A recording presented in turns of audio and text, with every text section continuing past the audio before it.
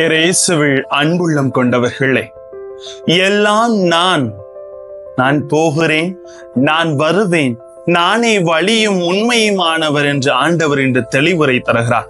எல்லாம் நான் உங்களுக்கு எல்லாமாக இருந்து ஆசீர்வதிக்கிறேன் என்ற ஒரு உறுதிமொழியையும் அவர் நிறைவாக தருகிறார். நான் சென்று உங்களுக்கு துணையாளரை கொடுக்க போகிறேன், நான் போனால் தான் அவர் வருவார் என்ற மேன்மையை கற்றுத்தர விரும்புகிறார். வார்த்தையோடு பயணம் செய்து அவர் சொல்லித் தருகிற மேன்மையை அறிந்து கொள்வோம் வாங்க. பிரைஸ் அல்லாஹ். இயேசுவுக்கே புகழ், இயேசுவுக்கே நன்றி. இறைவனின் அருட்கரமும் அருளாசிரும் உங்களோடும் உங்கள் குடும்பத்தோடும் நிறைவாக தங்கிட உங்களை நான் வாழ்த்துகிறேன். அன்பில் இனியவர்களே, அஞ்ச வேண்டாம், கலங்க வேண்டாம், உள்ளம் கலங்க வேண்டாம், தைரியமாயிருங்கள் என்று நமக்கு ஆறுதல் வார்த்தைகள் இறை வார்த்தை வழியாக இறைவன் சொல்லித் தருகிறார். இயேசு தம் சீடரை விட்டு பிரியும் நேரம் வந்துவிட்டது. அவர்கள் கொம்பற்ற கொடிகளாய் கலங்கக்கூடாது.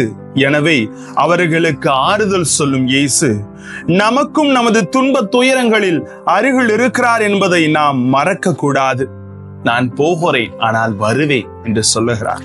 இயேசு சொல்வது நமக்கு தந்தையின் இல்லத்திலே இடம் ஏற்பாடு செய்வதற்காக தந்தையின் இல்லத்திலே பல உறைவிடங்கள் உள்ளன என்று இயேசு கூறும் பொருள் அங்கு அனைவருக்கும் இடமுண்டு என்பதாகும்.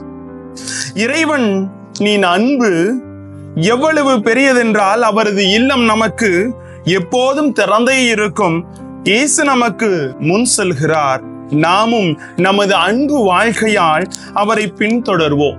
கிறிஸ்துவ வாழ்வு ஒரு திருப்பயணம் என்பதை உணர்ந்து ஒவ்வொரு நாளும் அன்பு செயல்கள் வழி ஒரு அடி முன் எடுத்து வைக்கின்ற பொழுது, நான் போய் உமக்கான ஏற்பாடு செய்கிற இடத்திற்கு நீர் மெல்ல மெல்ல வந்து சேர்ந்து விடு என்ற மேன்மையை அவர் சொல்லித் தருகிறார். நான் வருவேன், திரும்பி வருவேன் என்ற உறுதிப்பாடு. இயேசு நமக்கு மறு உலகம் சென்ற போது நம்மை தனியாக விட்டு செல்லவில்லை. அவர் போனதும் நமது நன்மைக்காக. ஏனெனில் அவர் போகாவிடில் துணையாளர் நம்மிடம் வரமாட்டார். இது மட்டுமன்று, இயேசு திரும்பி வருவார். இன்னும் சிறிது காலத்தில் என்னை காண்பீர்கள். எனவே அவர் போவது அவர் வருவதற்காகவே. ஆவியார் வழிவந்து நம்மோடு இருப்பதற்காகவே. நம்மோடு ஆவியானவரின் வல்ல செயல்கள் செய்து மட்டுமல்லாமல் நம்மை நாம் இருக்கும் இடத்திற்கு அழைத்து செல்வதற்காக உயிர்த்து தந்தையிடம் சென்ற இயேசு இன்று நம்மோடு இருக்கிறார் என்ற மேன்மை சொல்லித் தரப்படுகிறது. நானே வழி, நானே உண்மை என்று சொன்ன இறைவன். யூத மரபில் வழி என்பது இறைவன் கட்டளைகளை குறிக்கும். ஆண்டவர் கற்பித்த வழியிலே நடங்கள், அப்போது வாழ்வீர்கள் என்று இணைச்சட்டம் 5:32-33 சொல்லுவது போல இவ்வழியிலே மக்கள் நடக்க வேண்டும். இதுவே தான் வழி, இதிலே தான் நடந்து போங்கள் என்று சொல்லித் தருகிறார். இவ்வழியை புனிதத்திற்கு இட்டு செல்வது. அங்கே நெடுஞ்சாலை ஒன்று இருக்கும், அது தூய வழி என்று பெயர் பெறும். அவ்வழி வரும்போது அனைவரும் வழி தவற செல்லவே மாட்டார்கள் என்று உறுதியாக இருக்கிறார். இவ்வழி புனித ஏற்பாட்டில் இயேசு நம்மோடு இருக்கிறார் என்பதை உறுதிப்படுத்துகிறது. நானே வழியும் உண்மையும் வாழ்வும் என்கிறார் இயேசு. அவர் வழி மட்டுமன்று, உண்மை.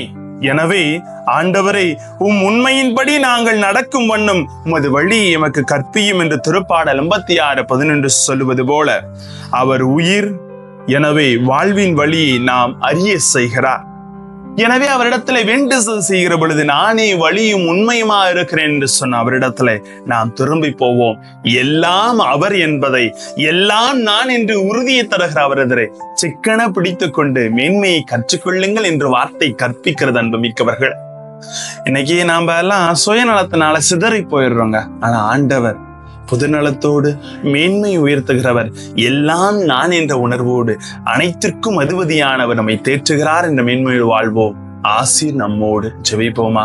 அன்பு இறைவா, எல்லாம் நீர் என்பதை உணர்ந்து நீர் சென்ற துணையாளரை கொடுத்திருக்கிறீர். அந்த துணையாளரின் வழியில் நாங்கள் என்னாலும் நடந்து சென்று உண்மையும் உயிருமான உமோடு என்னால எங்கள் குடும்பங்களை ஒன்றுபடுத்தி வாழ உமது கற்பனைகளுக்கு ஏற்றுவாறு, உமது அன்பின் வார்த்தைகளுக்கு ஏற்றவாறு நாங்கள் கடந்து செல்ல எங்களோடு தங்கும் ஆண்டவரே. பிரைஸ் அல்லாஹ்.